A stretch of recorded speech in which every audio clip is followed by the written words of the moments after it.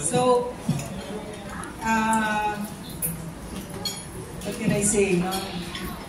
Ang gusto ko to actually pag-usapan kasi lahat nung on my way din nakikinig naman ako. At saka ilang beses na tayo nag-rally, no? Na pa tayo umabot dito, kalog. So, meron ako kasi gusto pag-usapan dito. Lahat ng problemang ito kasi, this elephant in the room, no? Ito yung pinakamalaking problema.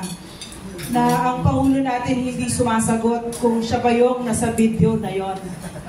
So, napakalaking bagay nun. Kasi siguro doktor ako at saka Pilipino ako na ang ordinaryo na Pilipino, wala ka ba kitang hindi na walang family member na nalulung sa droga. No? Marami akong naging kamag-anak na nalulung sa droga. At alam ko kung ano ibig sabihin pag drug addict. No? Ibig sabihin pag drug addict, ang drug addict, pagkagising niya, pagkamulat na pagkamulat ng mata niya, iisa lang ang nasa isip niya, at yun ay droga. Saan niya kukunin yung droga? At buong araw, yan ang nasa isip niya. So hanggang matulog siya, yan din ang huling iniisip niya. So, lahat gagawin niya para siya ay magkadroga.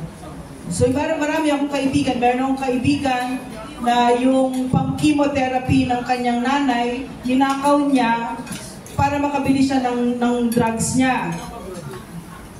Yung paborito kong brother-in-law na ngayon ay rehabilitated, pumunta sa libing ng tatay niya para makapagpanloko, para makahingi ng pera para bumili ng droga. Pang-tuition ng anak, kukunin niya yan para pang-droga niya. Isusuko na lang nung anak niya na gutom ang pandodroga niya. So, ibig sabihin, no, ng isang drugista, sinungaling, magnanakaw, walang kapasidad mag-isip ng maayos at magdesisyon ng maayos, no? Sino ba yung pinag-uusapan ko? Hindi pa si Bongbong Marcos. So, na umabot tayo dito sa pingit ng gera ay dahil wala siyang pakialam. No? Nakita natin yung video, no, na gusto nilang pakalimot sa atin. At this point, a few days ago, siguro 3 or 4 days ago, 100 million na ang views.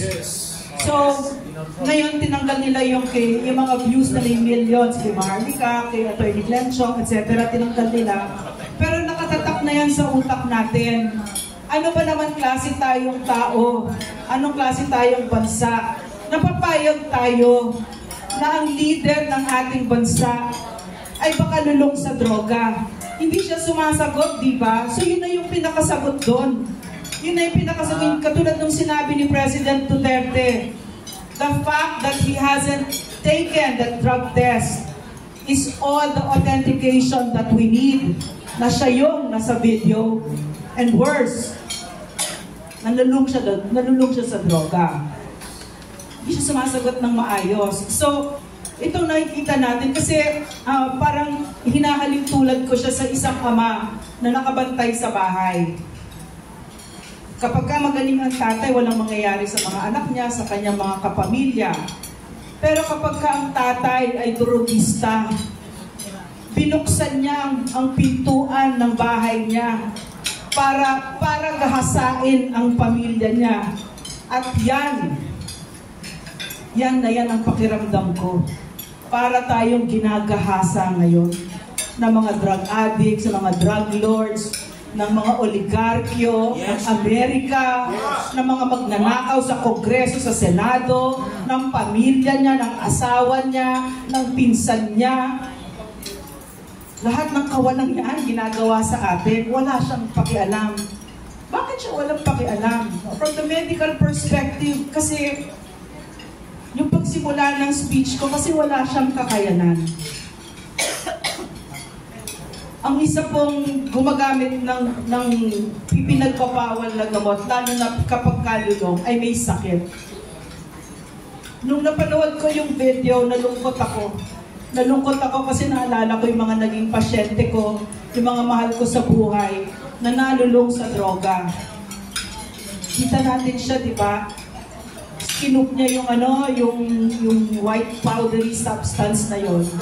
At eksperto na eksperto yung pagkakagawa, no? Yung hindi man lang nabuhos or parang nakita mo na lifetime habit yon, nakita mo na sanay na sanay siya.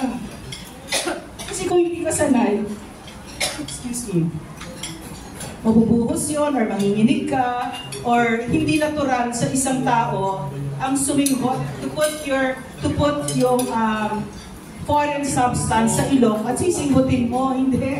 Kailangan mo kang pilitin yung mga pasyente ko para gawin yun, di ba? Pero sa kanya, sanay na sanay siya. At ito yung nangyari, ito yung nangyari sa atin. At nakikita din natin ngayon ang full bloom ni Bongbong Marcos na bakit siya umabot dito? Bakit siya umabot sa pinakamataas na pwesto sa kapangyarihan sa bayan? Kasi maraming nagtakip sa kanya. Napakarami. No? Naging governor, naging senador, naging congressman, na wala naman talagang ginawang accomplishment. Puro pagtatakip ang ginawa.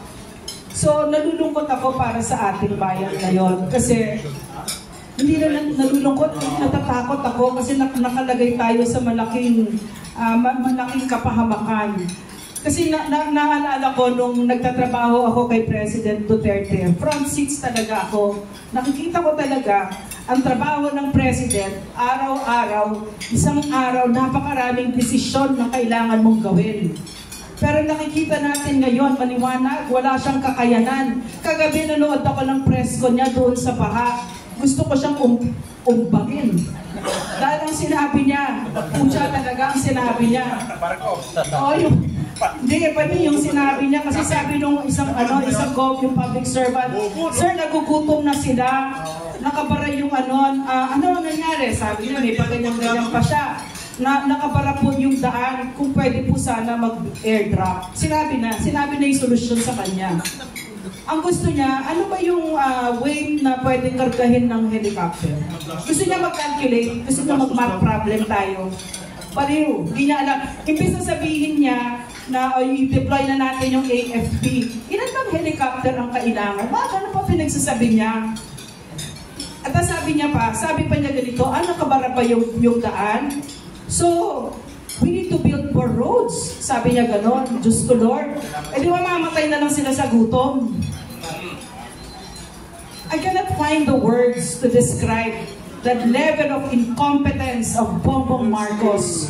More so because I came from the team of the greatest president and excellent executive, Rodrigo Roa Duterte, na ngayon, ito mga paling na ito, ay gusto pa nilang sirain, di ba? Kita mo naman ang ugaling adik talaga. No? Walang kapasidad para sa utang na loob. Na ang pamilya niya, ang President Duterte, ang siya mismong rason kung bakit nalibing ng maayos at may dignidad ang tatay niya. Anong ginawa nila? At dahil kay Inday Sara, kung bakit nandyan sila ngayon sa Malacanang. Pero anong ginawa nila? Tinanggalan ng security ang Vice President at lahat ng pambababoy na ginagawa sa Vice President. So, in closing, napakalaking hamon nito sa atin ngayon na nandito tayo na this is the worst president that this country has ever had, and we are in a dark chapter in our country's history. So, dapat tayo magtutulungan dito, no?